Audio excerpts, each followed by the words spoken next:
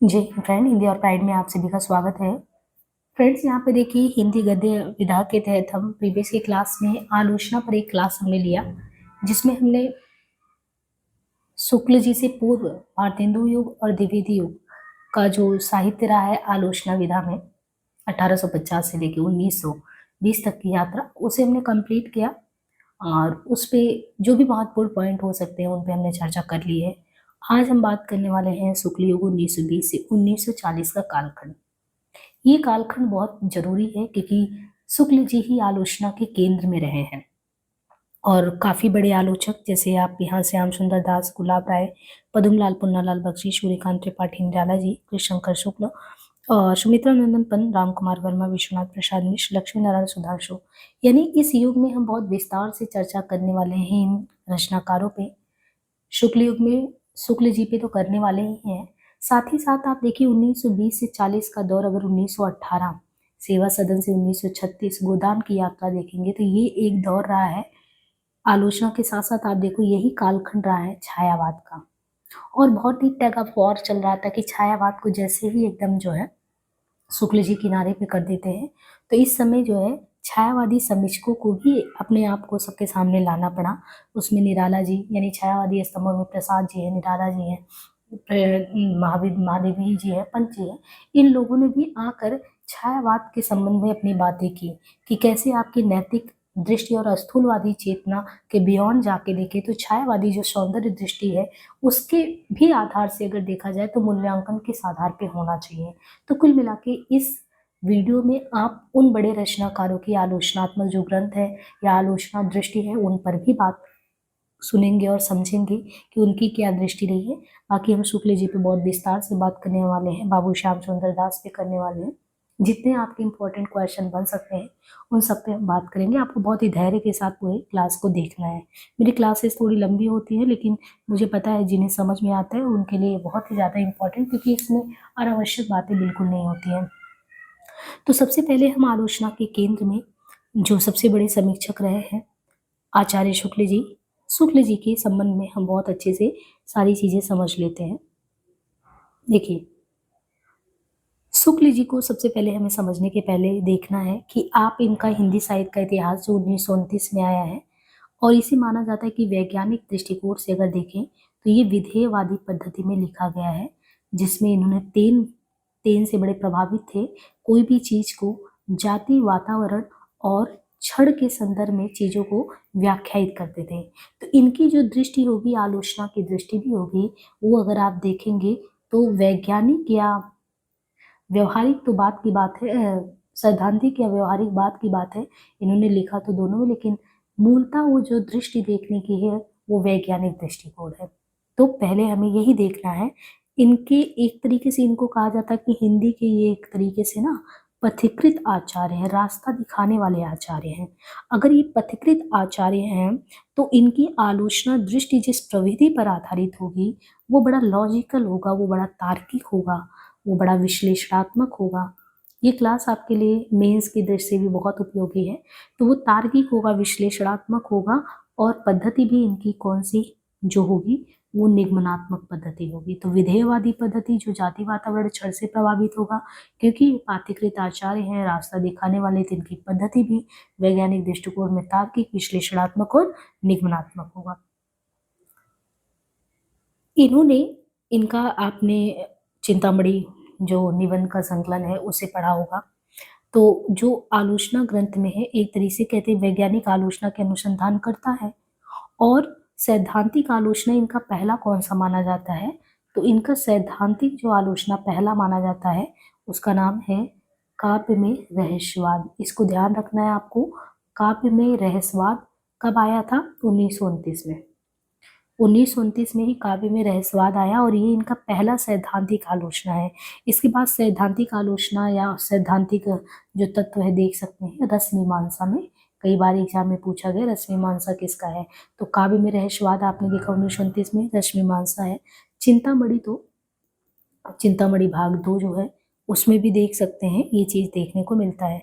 देखिए, जब इन्होंने कविता को ही इतना ज़्यादा अच्छे से एक्सप्लेन किया है, ये हिंदी साहित्य का इतिहास 1929 में आया, तो एक ऐतिहासिक आलोचना के क्षेत्र में आप देखिए उसी किताब को किस तरीके से इन्होंने सबके सामने रखा है। इन्होंने बहुत ज़रूरी एक चीज़ बताया है कि जब कोई भी चीज़, क्योंकि साहित्य भी एक तरीके से कला के ही रूप में है, तो ये कहते हैं कि जो कला है, वो कला के लिए, कला जो है वो कला के लिए, और जो कला है,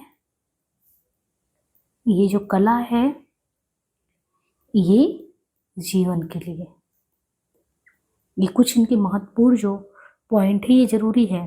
तो ये समन्वय कहते हैं, कला कला के लिए है और कला जीवन के लिए। इसमें हमारी जो समन्वय भावना होना चाहिए, तो समन्वय होना बहुत जरूरी है। समन्वय नहीं रहेगा तो आप जितने ही प्रभावी ढंग से साहित्य लिखना चाहते हैं, रखना चाहते हैं, उतने प्रभावी ढंग से नहीं आ पाएगा। अच्छा, इसमें आप एक देखिए कि रसवादी आलोचक की दृष्टि पे भी बात की जाती है। क्या शुक्ल जी रसवादी दृष्टिकोण से भी इन्होंने किया, क्योंकि इनकी आलोचना दृष्टि पे रामचरित मानस का गहरा प्रभाव देखने को मिलता है। ये तुलसी के लोक मंगलवाद की अवधारणा के बहुत बड़े समर्थक होते हैं। देखिए, इन्होंने रसवादी आचार्य के तौर पे देखे तो इन्होंने रस सिद्धांत की स्थापना की है, व्यवहारिक और सैद्धांतिक दोनों स्तर पे।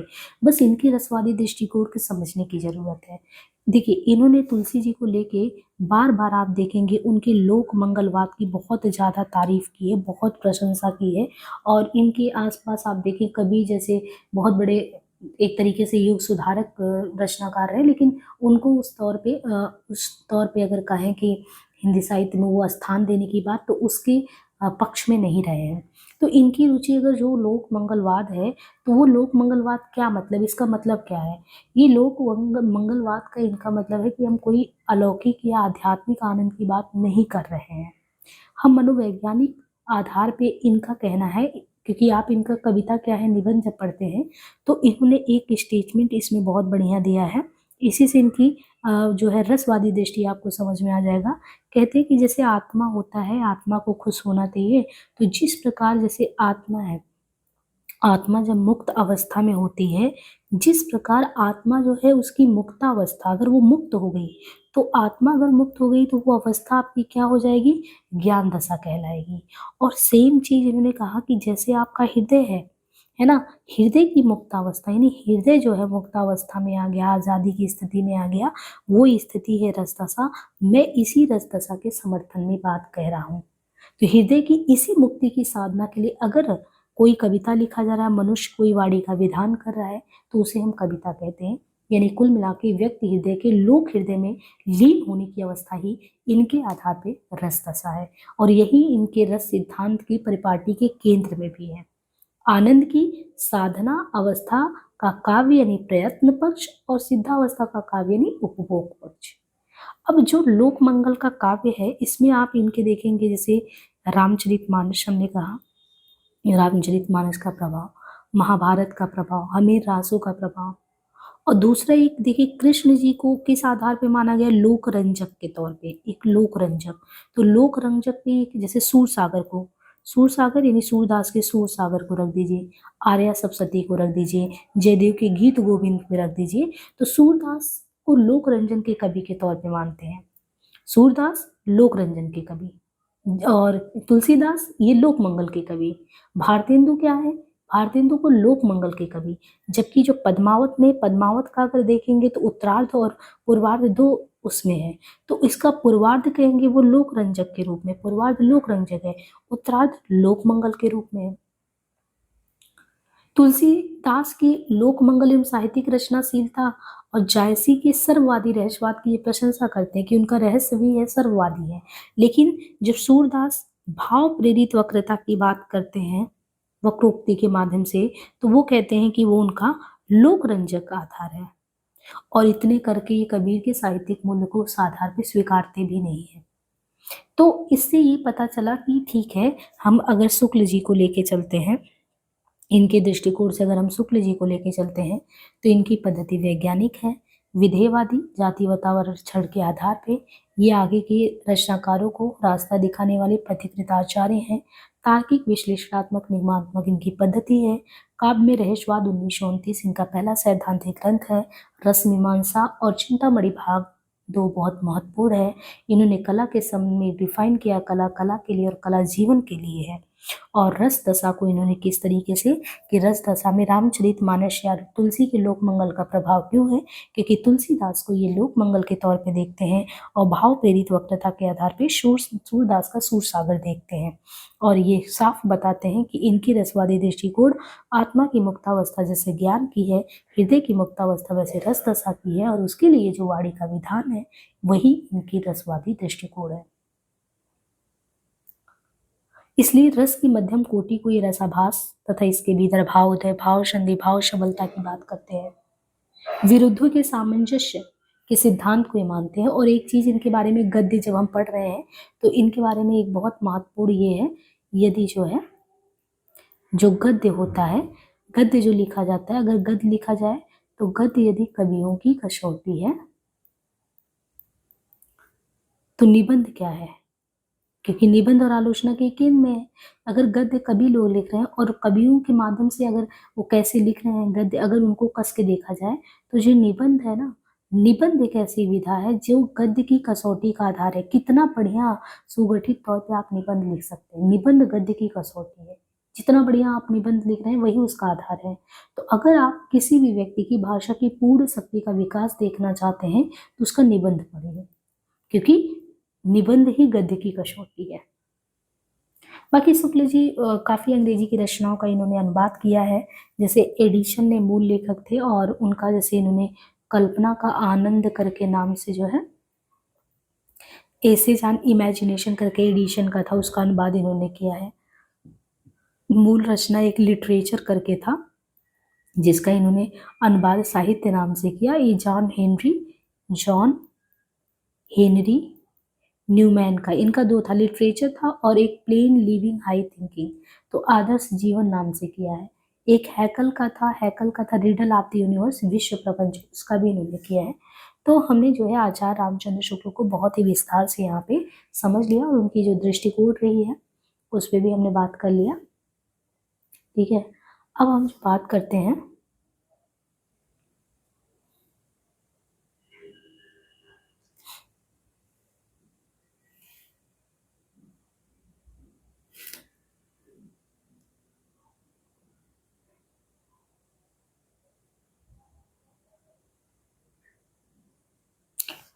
ठीक है, अब हम जो है नेक्स्ट कवि जो है बात करते हैं। नेक्स्ट कवि में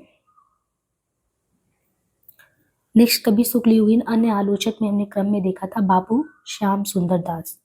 देखिए श्याम सुंदर दास, हालांकि पिछले ही क्लास में श्याम सुंदर दास जी के बारे में पढ़ा। इनका समय है 1875। अब 1875 जो है इनका समय है, और आप याद हो तो 1850 जो है भारतेंदु जी का समय होता है। श्याम सुंदर दास के बारे में हमने पिछले ही क्लास में देखा कि हिंदी काव्य में, और ये एग्जाम में कई बार पूछा गया क्वेश्चन है, हिंदी काव्य में निर्गुण संप्रदाय, ठीक, हिंदी काव्य में निर्गुण संप्रदाय करके इस शीर्षक से, हिंदी काव्य में निर्गुण संप्रदाय, इस शीर्षक से किसने, पीताम्बर दत्त बड़द्वाल, इन्होंने जो है शोध किया। पहला शोध ही हिंदी काव्य में निर्गुण संप्रदाय माना जाता है, और पीताम्बर दत्त बड़द्वाल ने किया था, वो किसके अंडर में किया था, श्याम सुंदर दास के अंडर में।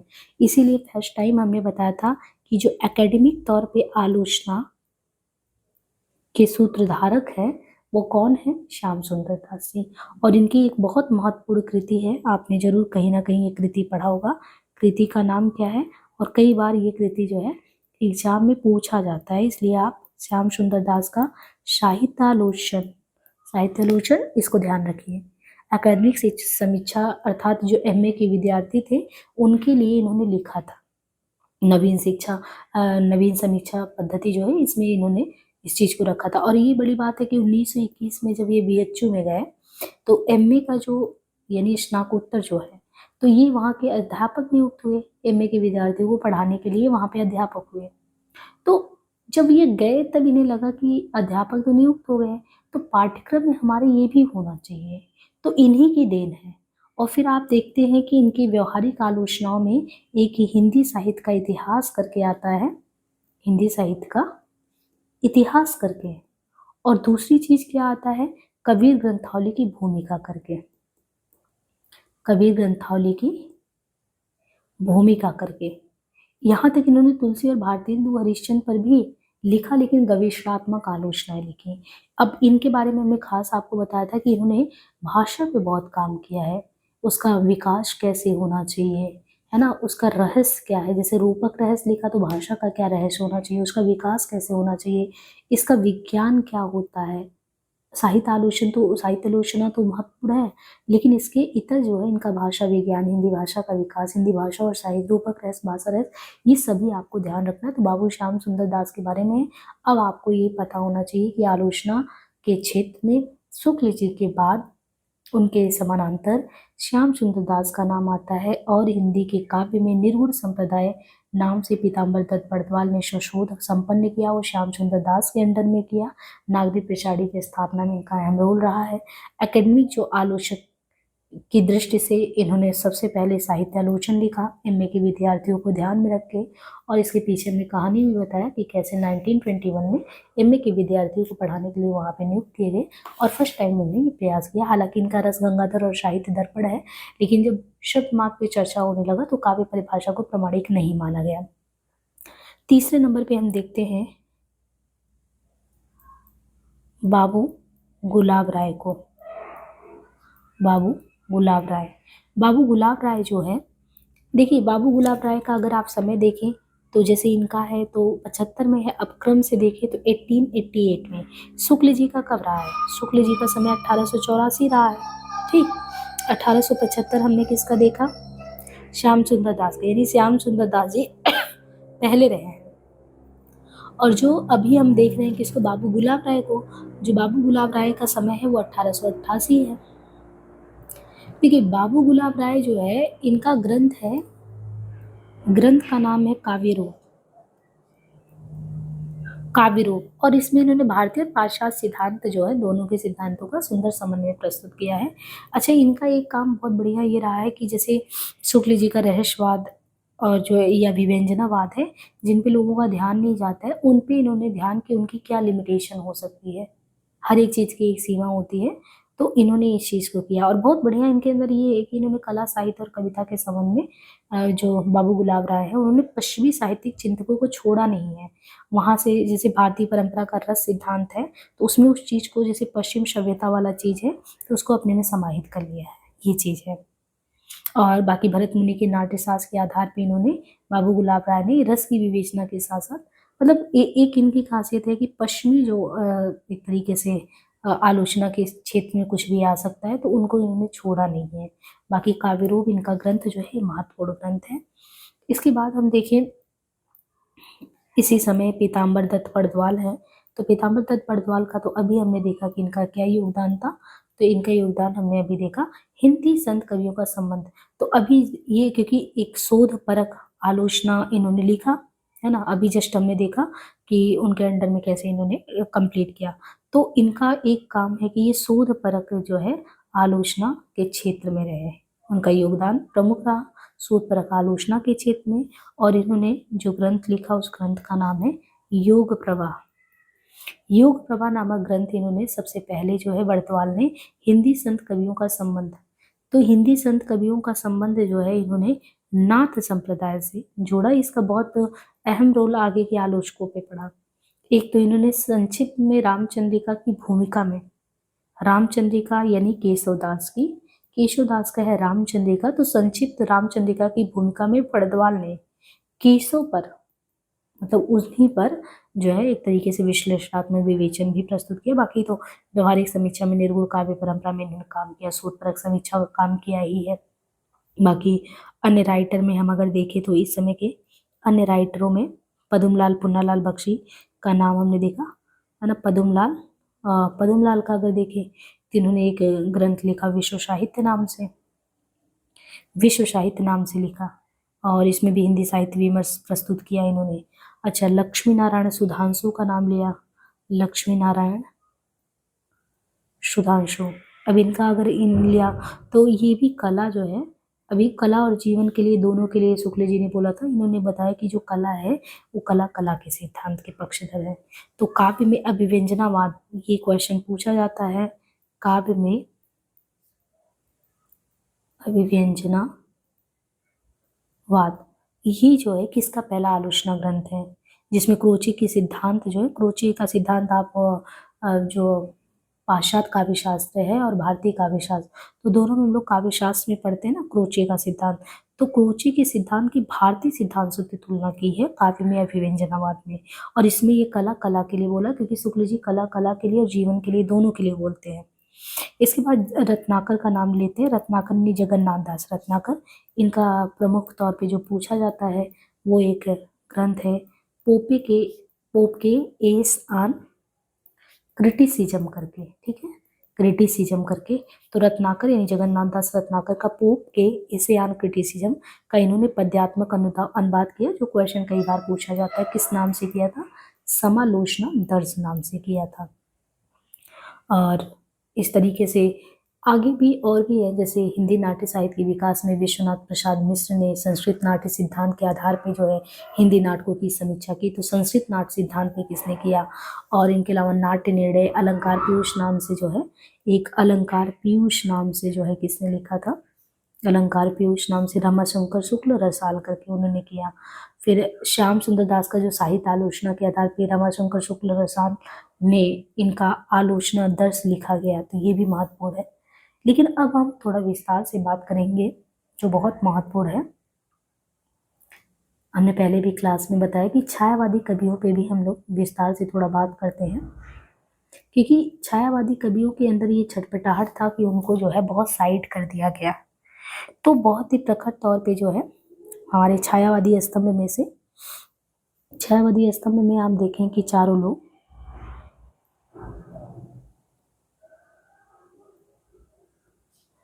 छायावादी स्तंभ के तौर पे हम सबसे पहले देखते हैं एक एक करके प्रसाद जी को देखते हैं, ठीक है।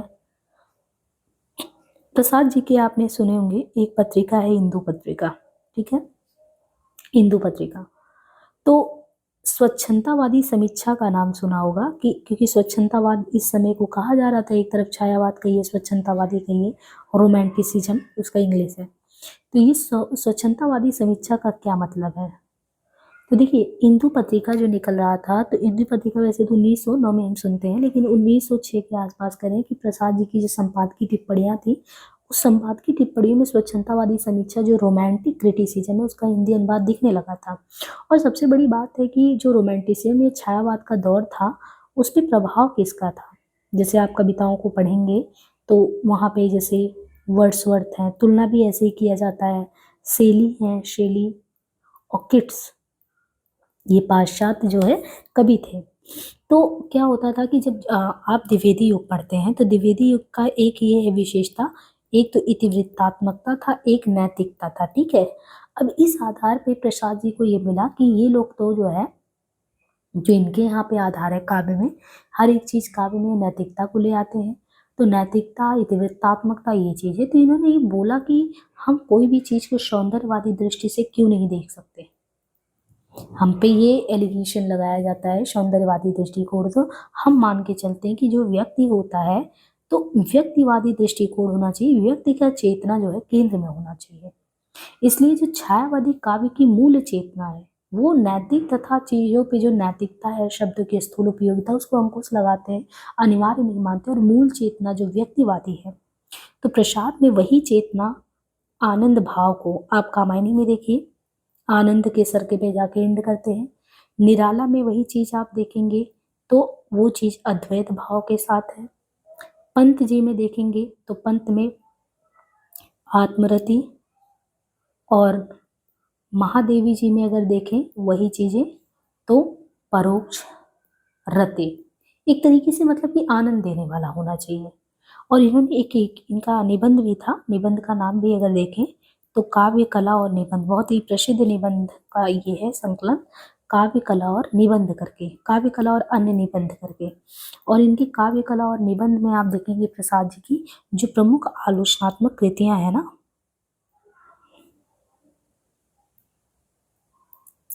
जो प्रमुख आलोचनात्मक कृतियां हैं जो पूछी जाती, जैसे इसमें ही है काव्य और कला करके पूछा जाता है, काव्य और कला किसमें है, रहस्यवाद किसमें है, तो ये सब इसी में संकलित है।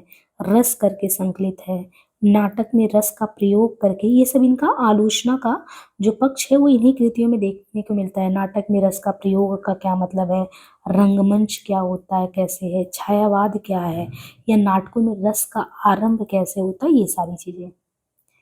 तो प्रसाद के काव्य के बारे में यही विचार फिर आता है कि काव्य, ये कहते हैं कि काव्य जो है वो आत्मा की संकल्पनात्मक अनुभूति की अभिव्यक्ति है। आत्मा की मनन शक्ति की वो असाधारण अवस्था जो श्रेय सप्तकोश के मूल चारुत्व में सहसा ग्रहण करके ले आती है और काव्य में संकल्पनात्मक अनुभूति कही जा सकती है।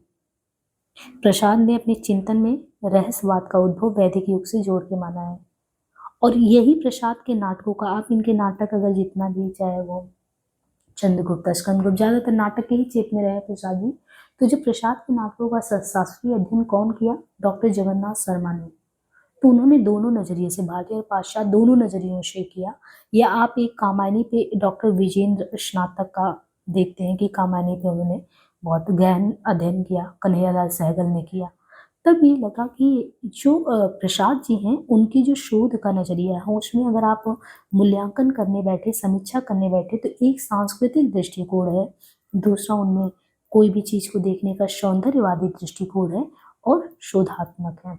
और आप जब स्कंदगुप्त, चंद्रगुप्त कोई भी नाटक पढ़ेंगे तो वो आपको देखने को मिलेगा। तो कुल मिला के उन्होंने अपनी मृत्यु से ठीक पहले 1936 में हंस पत्रिका में, 1936 हंस पत्रिका के लिए आप देखिए, इन्होंने अपने हंस पत्रिका में जो है, वैसे तो हंस पत्रिका आप देखेंगे उस समय का बहुत प्रमुख पत्रिका था, तो कई आलोचनात्मक लेख लिखे थे। तो 1939 में जो है जाके ये काव्य और कला तथा अन्य निबंध से शीर्षक हुआ था। ये हमारे सामने उसी में काव्य और कला, रहस्यवाद, रस, इन सब में उनकी जो है दृष्टि आलोचनात्मक देखने को मिलती है।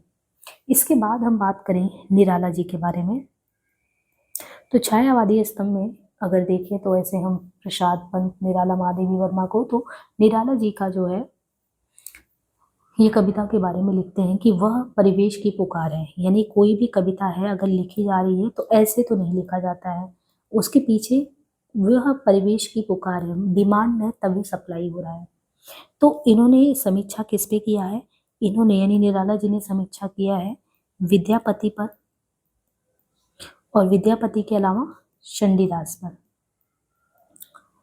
और इन्होंने, जो निराला ने सैद्धांतिक आलोचना संबंधी इनके एक ग्रंथ है, उसमें एक ग्रंथ है काव्य में रूप और अरूप, काव्य में रूप और अरूप करके, दूसरा इनका कौन सा है, मेरे गीत और कला करके, सैद्धांतिक आलोचना ग्रंथ है।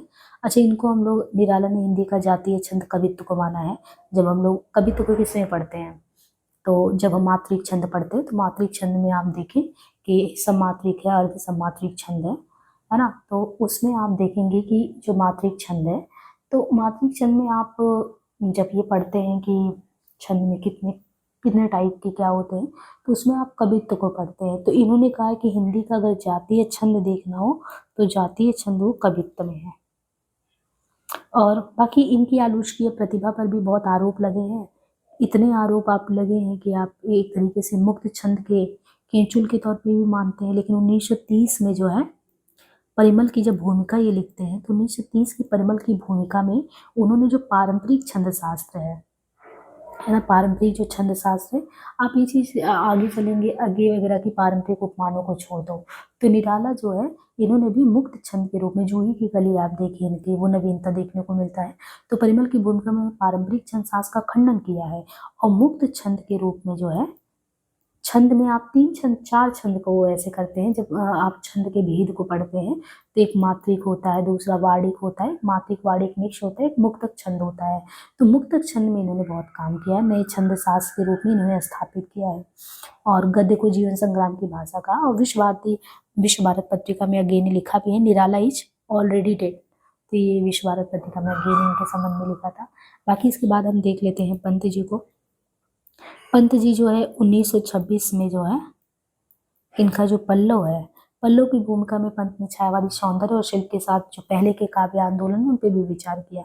और पंत ने कहा कि देखो, जैसे उन्होंने कहा कि कविता जो है डिमांड होता है, परिवेश की पुकार होती है। तो ये भी कहते हैं कि देखो कविता ऐसे नहीं होता है, वो हमारे जो परिपूर्ण जो क्षण हैं उन क्षणों की वाणी की अभिव्यक्ति है, तो क्षणों की वाणी है। और बाकी इन्होंने स्वतंत्र समीक्षा लिखा था युगपथ नाम से और छायावाद करके पुनर्मूल्यांकन करके उस पे भी लिखा। और इन्होंने पंत जी ने ये भी लिखा था, यदि मैं कामायनी लिखता तो उसमें भी विवेचक ग्रंथ की बड़ी संतुलित व्याख्या इन्होंने की थी। और सबसे पहले तो इन्होंने पल्लव और वीणा की भूमिकाओं में कमजोरियां बताई थी और महत्व बताया था, छायावादी महत्व क्या कैसे है। पल्लव की भूमिका का तो छायावाद में लगभग वही महत्व है, समझिए, जो अंग्रेजी स्वच्छंदतावाद में प्रीफेस टू लिरिकल बैलेट का है। ये आप लोग कई बार पढ़े होंगे, Preface Preface to Lyrical Ballads, है ना। और पंत को वो उनके तुलना में खड़ा भी किया जाता है एक तरीके से प्रकृति के सुकुमार कवि के तौर पे। तो पल्लव की भूमिका को छायावाद में वही महत्व दिया गया है जो आप पाश्चात्य में देखते हैं, प्रीफेस टू लिरिकल बैलेट को। इसके बाद छायावादी स्तंभों में महादेवी वर्मा जी हैं। तो महादेवी वर्मा जी जो है, इनकी विवेचनात्मक गद्य समीक्षाओं में रहा है यथार्थ और आदर्श तथा छायावाद और रहस्यवाद करके महत्वपूर्ण इनके समीक्षा ग्रंथों में एक है यथार्थ और आदर्श करके, और दूसरा है छायावाद और रहस्यवाद करके, छायावाद और रहस्यवाद। बाकी 1936 में इन्होंने शांति गीत लिखा था, उसमें भी इन्होंने छायावाद और रहस्यवाद में निहित जो अस्पष्टता थी, क्योंकि लोग समझ ही नहीं पाते थे कि छायावाद क्या रहस्यवाद क्या है, किस पे इन्होंने ज़्यादा ध्यान केंद्रित किया, तो उसको उन्होंने थोड़ा सा डिफाइन किया था। फिर एक बार आगे चल के साहित्यकार की आस्था तथा अन्य निबंध में भी चीज़ों को थोड़ा स्पष्ट किया था। तो इस तरीके से आप ये देखें। तो बाकी छायावाद का पतन करके एक 1948 में एक किताब रचना है, छायावाद का पतन। तो डॉक्टर देवराज को आप पढ़ते हैं एक तरीके से, जब चार मनोविश्लेषणवाद में उपन्यासकार को पढ़ते हैं डॉक्टर देवराज, तो उन्होंने कहा था कि छायावाद का पतन 1948 एक ऐसा वो रचना है जो कि चौंकाने वाली पहली आलोचनात्मक किताब है इस समय की। इनकी आलोचना समसामयिक महत्व की साहित्यिक पहचान लिए हुए है।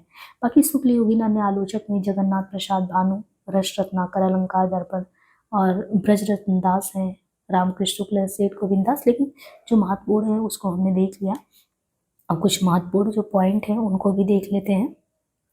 मुझे उम्मीद है काफ़ी कुछ आपको समझ में आ रहा होगा। बाकी तो कोशिश यही है कि चीज़ें थोड़ा समझ में आता रहे। तो हम शुक्ल युग में थोड़ा सा फैक्ट देख लेते हैं, बाकी एक वीडियो आपका और आएगा। हिंदी समीक्षकों में आचार्य रामचंद्र शुक्ल का योगदान सर्वोपरि है। 1929 में काव्य में रहस्यवाद करके हमने बताया था, इनका पहला सैद्धांतिक आलोचना ग्रंथ है। शुक्ल जी ने हिंदी आलोचना में विरुद्धों का सामंजस्य सिद्धांत का प्रवर्तन किया। और बाकी प्रमुख आलोचक जैसे आचार्य रामचंद्र शुक्ल का समय 1884 से 1941 है। इन्होंने गोस्वामी तुलसीदास में 1923 में लिखा, जायसी जी पे 24 में लिखा, भ्रमर गीत सार में 25 में लिखा, काव्य में रहस्यवाद 29, रस मीमांसा। लेकिन देखिए तुलसीदास में नहीं लिखा है, ये थोड़ा सा इनकी रचना दृष्टि आप देखिएगा। इन्होंने गोस्वामी तुलसीदास पे 23, उसके जस्ट एक साल बाद जायसी पे लिखा, भ्रमर गीत में 25 पे लिखा, तो 23, 24, 25 इन्होंने तुलसी, जायसी और सूरदास पे क्रमशः आया। फिर रस मीमांसा काव्य में रहस्यवाद 29 में, 49 में रस मीमांसा। गुलाब राय का समय 1888 है, और इन्होंने क्या किया, सिद्धांत और अध्ययन करके लिखा, अध्ययन और आस्वाद करके लिखा। बाकी काव्य के रूप और नौरस। सूर्यकांत त्रिपाठी निराला 1899, मेरे गीत और कला सैद्धांतिक है, रविंद्र कविता कानून और पंत और पल्लव इन प्रबंध काव्य करके इनके समीक्षात्मक ग्रंथ रहे हैं।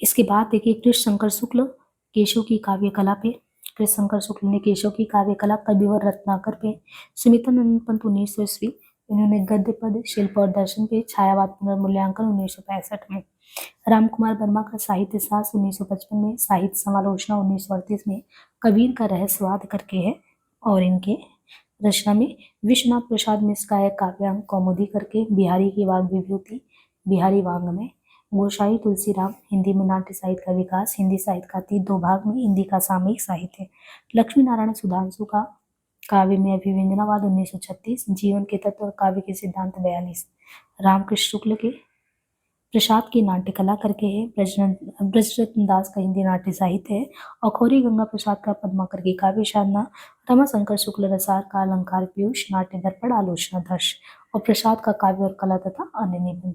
बाकी हम नेक्स्ट पार्ट में शुक्लोत्तर युग का कर लेंगे, तो जो है आपका आलोचना ग्रंथ वाला क्लास है यहीं पे फिनिश हो जाएगा। बाकी फर्स्ट टाइम आए और विजिट किया चैनल पे तो लाइक से सब्सक्राइब करना ना भूलें। धन्यवाद।